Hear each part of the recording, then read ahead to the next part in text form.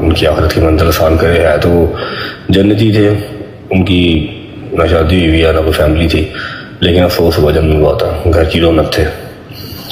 लेकिन एक बात ये भी है कि उन्होंने पी बड़ी काटी है यार, बड़ा उन्होंने बड़ी तकलीफ काटी है। आखिर ये 1.5 महीना था ना, ये तो बड़ी मुश्किल काटा उन्होंने, लेकिन फिर भी फाइट करते रहे। लेकिन स्टंट डल जाए इस एज में तो फिर कहाँ की बचत होती है।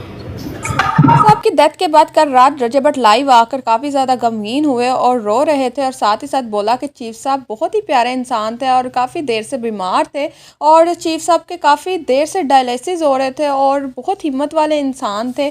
सब लोगों का यही सवाल था कि चीफ साहब की फैमिली किधर, उनके बच्चे किधर, उनकी बीवी किधर। तो बताती चलूँ, चीफ साहब की कोई फैमिली नहीं थी, वो अनमेरिड थे, उनके कोई बीवी बच्चे नहीं थे और जो बहन भाई भी थे वो भी नहीं थे। इसी वजह से वो शहजी बुहारी के घर रहते थे और वही उनकी कफालत करते थे।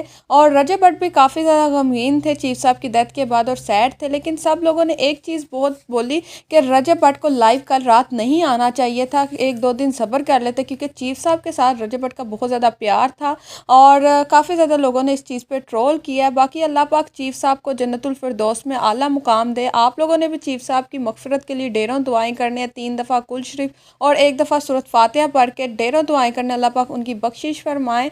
और चीफ साहब की डेथ के बाद काफ़ी ज़्यादा रजब फैमिली भी सैड है, क्योंकि चीफ साहब को रजब फैमिली बहुत ज़्यादा पसंद करती थी, रजब फैंस बहुत ज़्यादा पसंद करते थे और रजब भट्ट के व्लॉग्स में तो चीफ साहब को अक्सर देखा जाता था। मज़ीद अपडेट्स के लिए मेरे चैनल को सब्सक्राइब कर लें।